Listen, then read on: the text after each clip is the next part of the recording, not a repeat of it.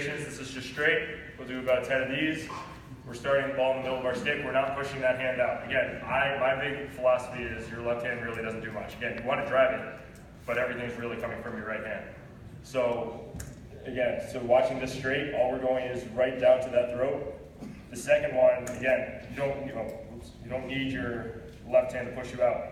So we'll go same thing, middle of your stick, right to the throat, but you're pushing out right away, trying to get to 12 o'clock. Now, this is where I just differ than I differ from a lot of coaches.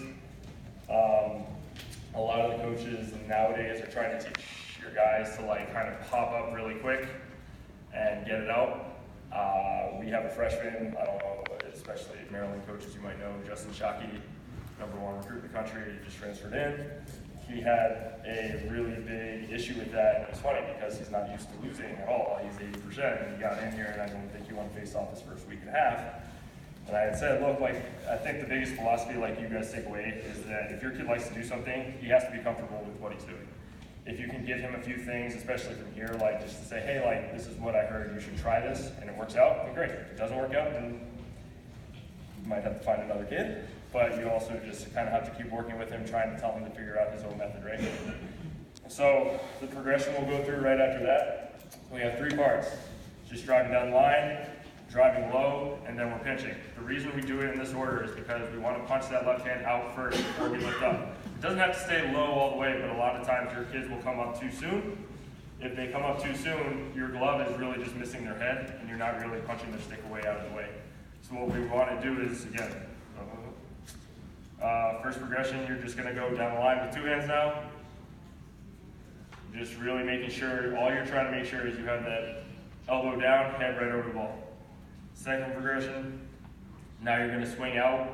Now again, when we go to the third, you'll kind of see we don't move our feet, but we just kind of practice fighting just so we can work on our head placement. And then third, again, well, it's not going to work, is it? Some of them aren't working. So the big thing here is just to make sure you're not going to move your body. All you're going to do is you're going to come low and then start to raise up by 12 o'clock. So again, we're starting at 9 to 12. This is like the old way of teaching face-offs. I think a lot of people have gotten away from that. Again, like being at Delaware where I got to learn from a lot of good face-off specialists.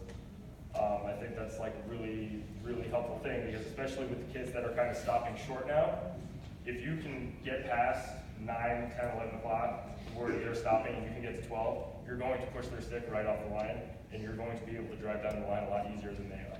So unless they time up the whistle really well, which sometimes they do, but more times than not, if you can get your glove into their stick quicker than they can try to pinch the ball, you're going to knock their stick right off the line.